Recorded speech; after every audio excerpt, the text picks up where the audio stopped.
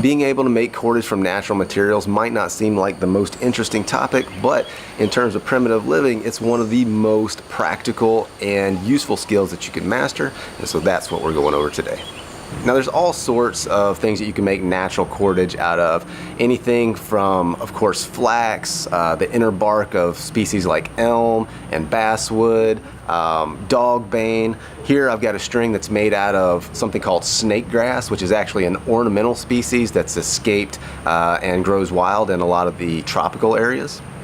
And then of course you've got the sinew from animals, which makes a very good, very strong string. Today we're going to be using a plant called yucca. Now yucca is found everywhere from the southeastern United States all the way out to the western prairies and everywhere in between. It's a very interesting plant because not only are the fibers of the leaves useful for making cordage, but you can also make a primitive soap from it, and the flower stalks are very good for friction fire. So we're going to collect a handful of these leaves, and then we're going to use a process called retting to separate the fibers from the non-fibrous material. So we're going to take these leaves and bundle them up, and then we're going to submerge them in a pond for anywhere from 2 weeks to maybe a month, depending on just how this progresses. So what's going to happen is the non-fibrous material is going to rot, and then we should just be able to kind of wash that stuff out and be left with the fibers. And so every now and then we'll just pull the leaves out and just see how things are progressing. If it looks like there's some material still being stubborn and kind of hanging on, we'll just put it back down in there for a little while longer.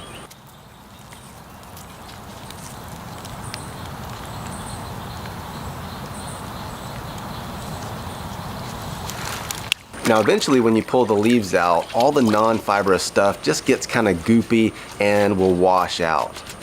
When the non-fibrous material is good and rotted down, you can help loosen a lot of that stuff just by kind of twisting and moving that around. And then also you can just kind of beat it on a rock or a log and then go back and kind of swish it around to get most of that material out.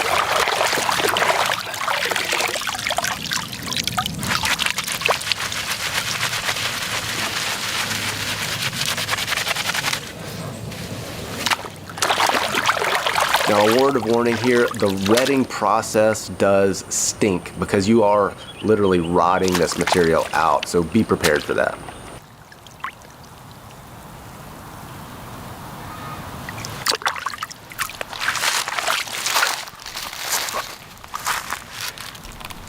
Some of you might be wondering if this retting process weakens this fibers. I haven't experienced any weakening of the fibers, but I've always been careful to remove the leaves from the water as soon as possible. If you left the leaves in the water for far too long, there may be some weakening of the fibers, but I couldn't say for sure because I haven't experienced that.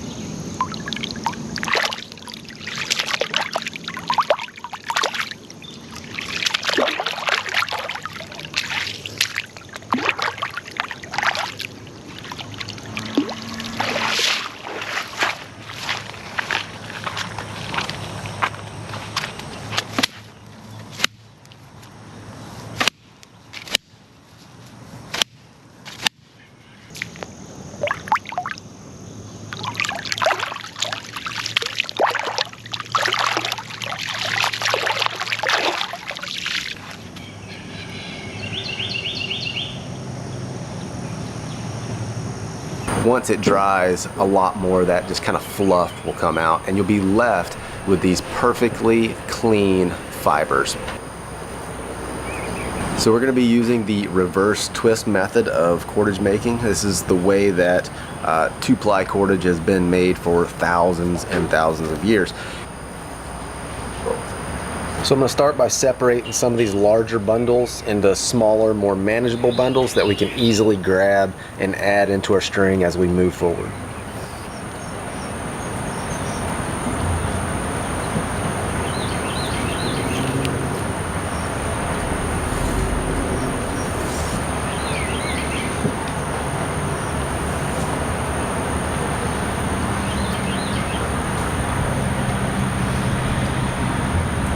I'm going to be making a bowstring here, and so I'm going to tie in a loop up at the top end of it. To start that loop, I'm just going to take 2 of these bundles and overlap them in opposite directions, and that's going to give us a little bit more bulk up in our loop to withstand some of that chafing that's going to go on there at the knock of the bow. So we'll start reverse twisting, and I'll twist up maybe 2 inches or so of material.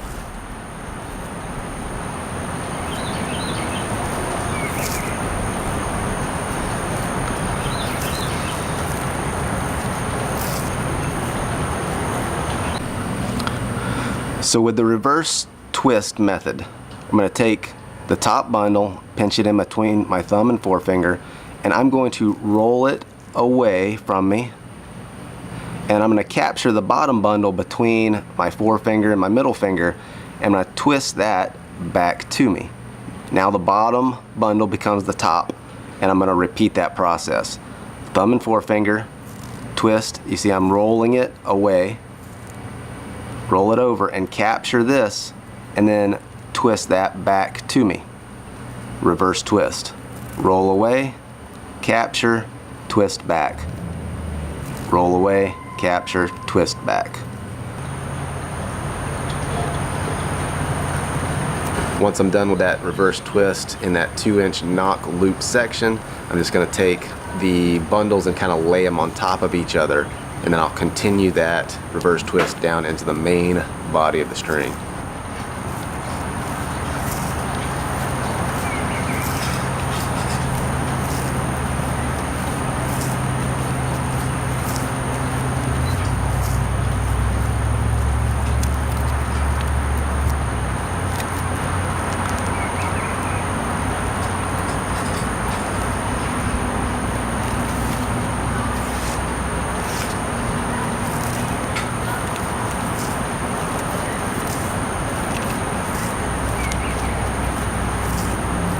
So as you move your way down the string, it's going to help if you can keep the small section that you just previously did kind of tight. And I'll use my pinky to kind of hold that and hold tension on it as I'm working on the sections that are pinched between my fingers. Now the real art of cordage making is keeping a consistent string diameter for as long as you want to. Now of course with these short segments of yucca fibers, we're going to have to add materials in as we move down the string.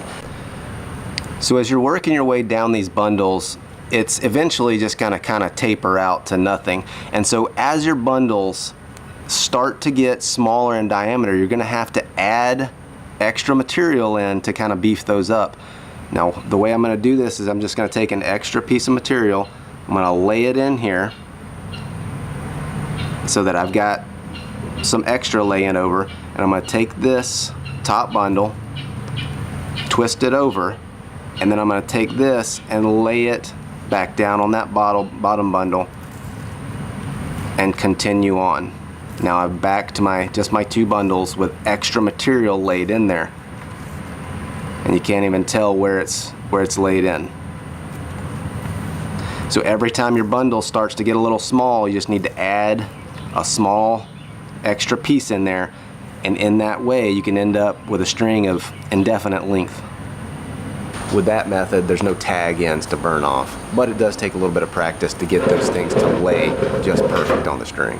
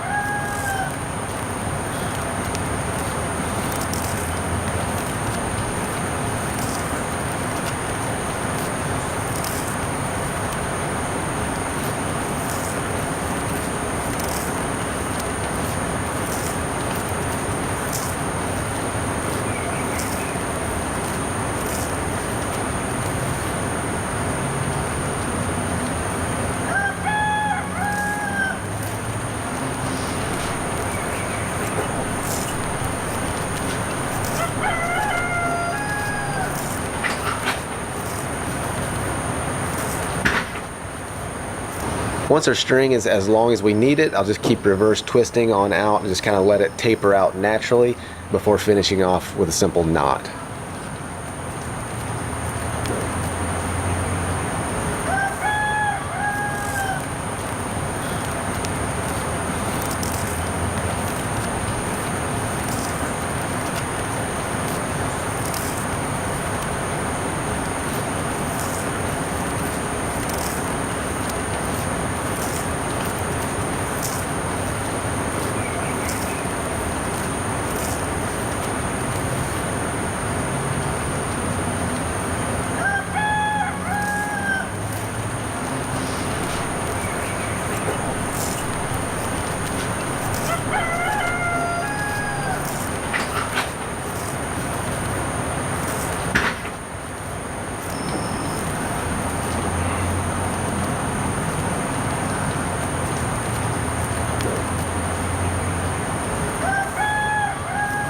To attach this string to the lower nock of our bow, I'm just going to use a timber hitch. Now this is going to allow us to adjust the length of the string so that we can get the brace height on our bow correct.